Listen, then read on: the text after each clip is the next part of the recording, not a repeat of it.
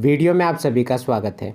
जैसे कि आपने थंबनेल में देखा, KFC, Pizza Hut, Taco bell restaurants, तो इन सभी के बारे में हम जानेंगे। कौन से ब्रांड्स के अंडर ये सारे आते हैं वो भी देखेंगे। कंपनी कौन से नाम से लिस्ट है वो भी समझेंगे। इनके रेवेन्यू देखेंगे, डिस्ट्रीब्यूशन नेटवर्क देखेंगे, ऑनलाइन से सेल्स इनका इंक्रीज़ हुआ है पहले से या नहीं, क्योंकि क्यूएसआर्स में ऑनलाइन से जितना उनके सेल्स बढ़े उतनी अच्छी बात होती है। एंड उनके किस तरह से जो स्टोर्स हैं वो बढ़ रहे हैं, आज के टाइम में कितना है ये भी समझेंगे। उनके फंडामेंटल्स के बारे में देखेंगे, लास्ट क्वार्टर रिज़ल्ट किस तरह आया ये देखेंगे। ईयरली भी उनके किस तरह परफॉर्मेंस इंक्रीज़ हो रहा है या नहीं ये भी समझेंगे। उनके सेल्स एंड नेट प्रॉफिट पे स्पेशली हम फोकस करेंगे। अगर उनके सेल्स इंक्रीज़ हो रहा है तो एक बात क्लियर होगी कि कंपनी जो भी कर रहा है, जो भी उनके फूड प्रोडक्ट्स हैं, ब्रांड्स हैं, उनकी अच्छी तरह से डिमांड बढ़ रहा है मार्केट में। लास्ट में हम उनके शेयर होल्डिंग पैटर्न भी देखेंगे और भी बहुत सारी चीज़ें समझेंगे, तो वीडियो में बने रहिएगा। चैनल नया है तो आप सभी से रिक्वेस्ट होगी कि सपोर्ट कीजिएगा। चलिए तो देखते हैं अबाउट यम ब्रांड्स, जिसके नीचे सारे फेमस फूड प्रोडक्ट्स ब्रांड्स आते हैं, उनके बारे में देख लेते हैं। यह एक American fast food corporation and एक लार्जेस्ट फास्ट फूड कंपनी है in terms of system units.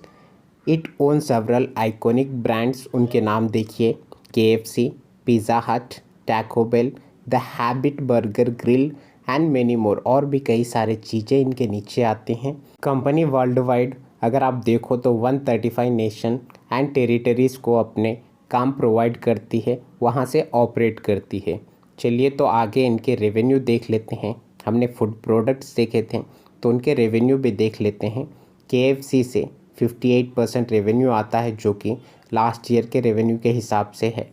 KFC एक लार्जेस्ट क्यूएसआर है, जो कि 488 रेस्टोरेंट्स हैं। उनमें से टोटल 204 रेस्टोरेंट्स सिर्फ इंडिया में ही है।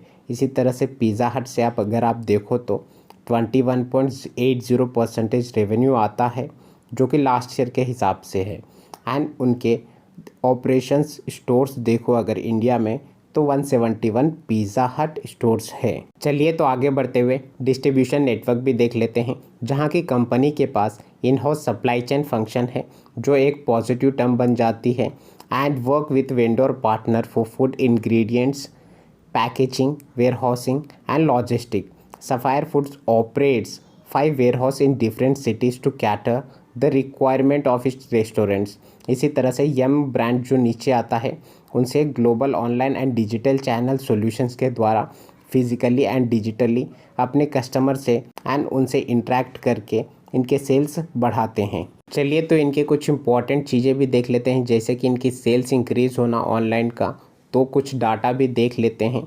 कोविड के बाद इनके टेक अवे यानी जो लेके जाने वाले सर्विसेज होते हैं या ऑर्डर करते हैं, वो ज़्यादा इंक्रीज़ हुआ है। वो 70% के आसपास हो गया है, जो कि पहले 43% हुआ करता था। परसेंटेज के साथ साथ रुपीज़ में भी उनके वैल्यूज़ दिए गए हैं, जो कि आप देख सकते हो।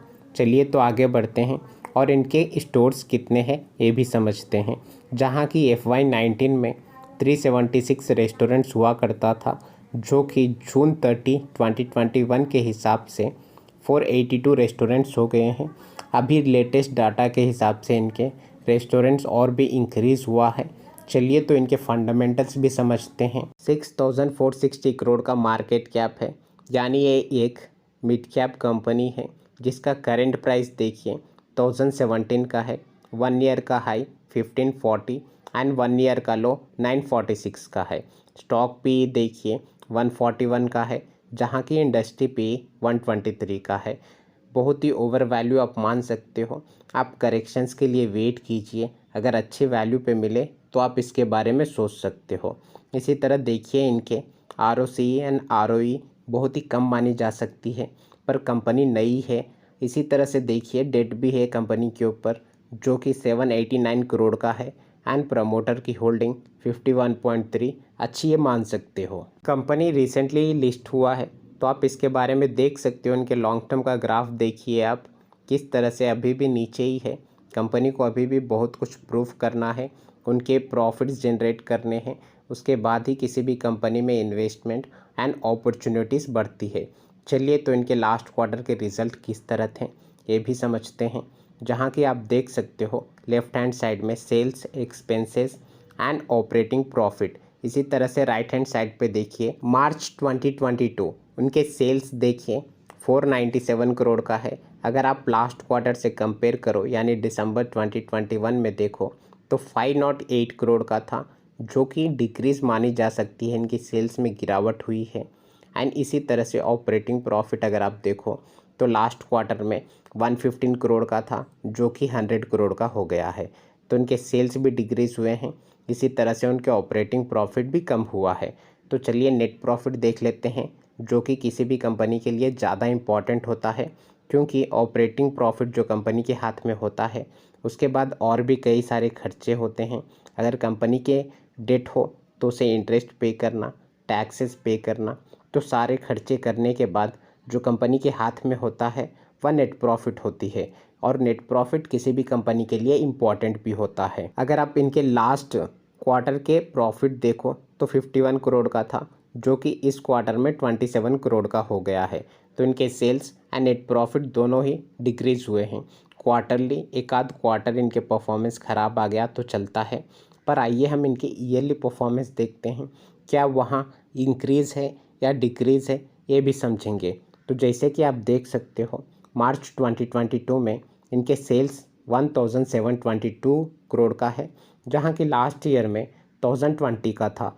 तो अच्छी तरह से इंक्रीज़ देखी जा रही है इनके सेल्स में।